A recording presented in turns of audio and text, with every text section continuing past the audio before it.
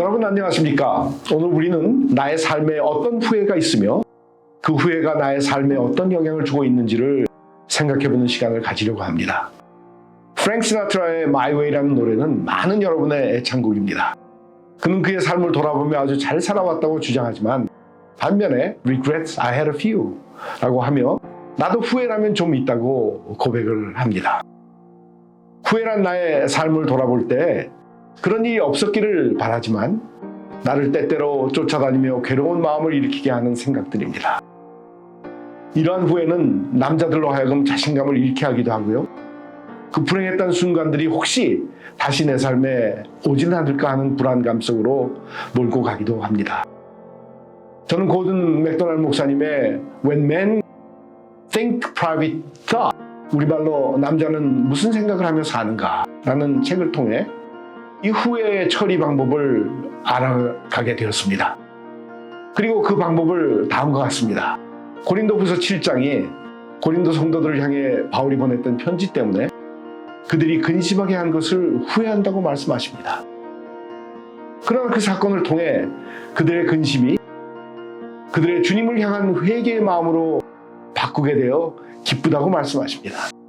그리고 이어서 10절에서 하나님의 뜻대로 하는 근심은 후회할 것이 없는 구원에 이르게 하고 또 회개를 하게 하고 세상의 근심은 사망으로 이르게 한다고 말씀하십니다. 형제님들의 인생을 돌아볼 때 우리 모두에게 기차를 잘못한 경험은 다 있습니다. 용감하게 못다한 말들, 또 조금 더 마음을 써야 하는 그런 관계, 또 그때 조금만 더 참았더라면 하는 등등 수많은 후회가 스쳐갈 것입니다. 그리고 이런 후회의 장막들은 두고두고 우리를 따라다닙니다.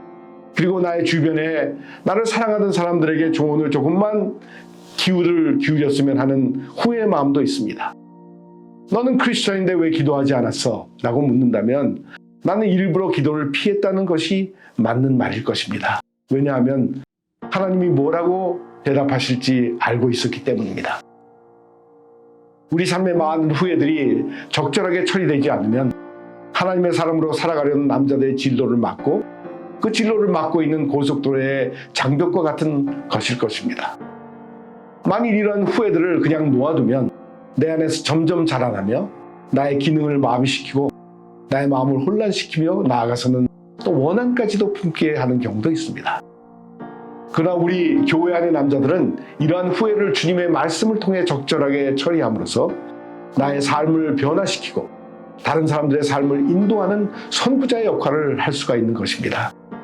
성경은 바울 사도의 삶의 여정을 통해 이러한 후회들이 어떻게 예수님을 통해 수많은 사람들의 삶을 인도하는 지침이 되고 있는지를 보여주고 있습니다. 바울 사도는 디모데에게 보낸 편지를 시작하며 이렇게 쓰고 있습니다. 내가 전에는 회방자요 핍박자요 포행자이었으나 도리어 긍휼을 입은 것은 내가 믿지 아니할 때 알지 못하고 행하였다고 고백하고 있습니다. 그리고 이어서 그는 주의 은혜가 그리스도 예수 안에 있는 믿음과 사랑과 함께 넘치도록 풍성하였다고 고백하고 있습니다.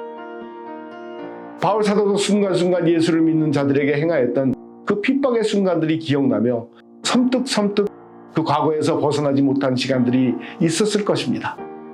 그러나 바울 사도의 이런 후회를 처리하는 능력은 탁월했으며 그의 후반전의 삶을 통해서 역사하신 멋진 성령님의 진모가 온전히 드러나고 있습니다.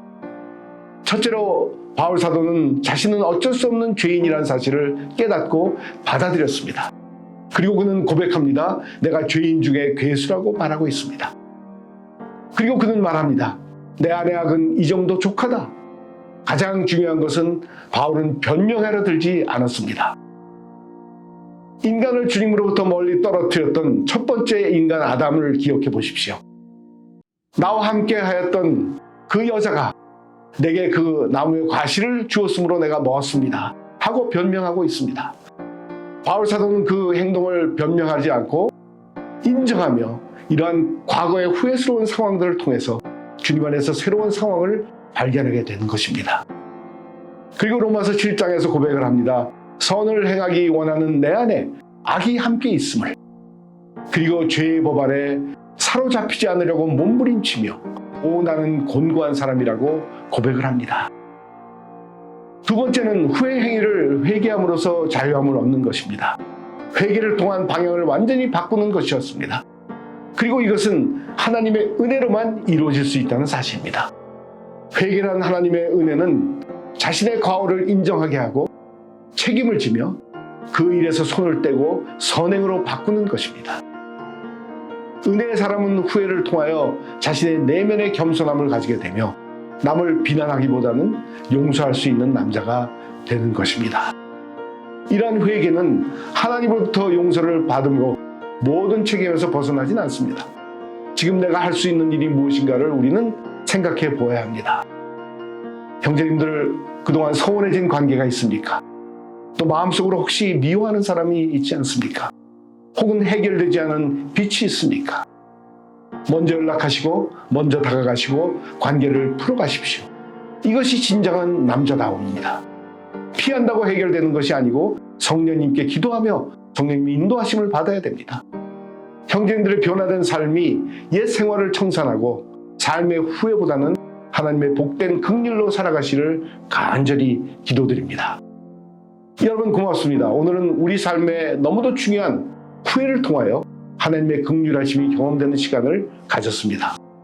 이 영상이 유익하셨다면 주변에 알려주시고요. 구독 또한 부탁드립니다. See you all next week, brothers.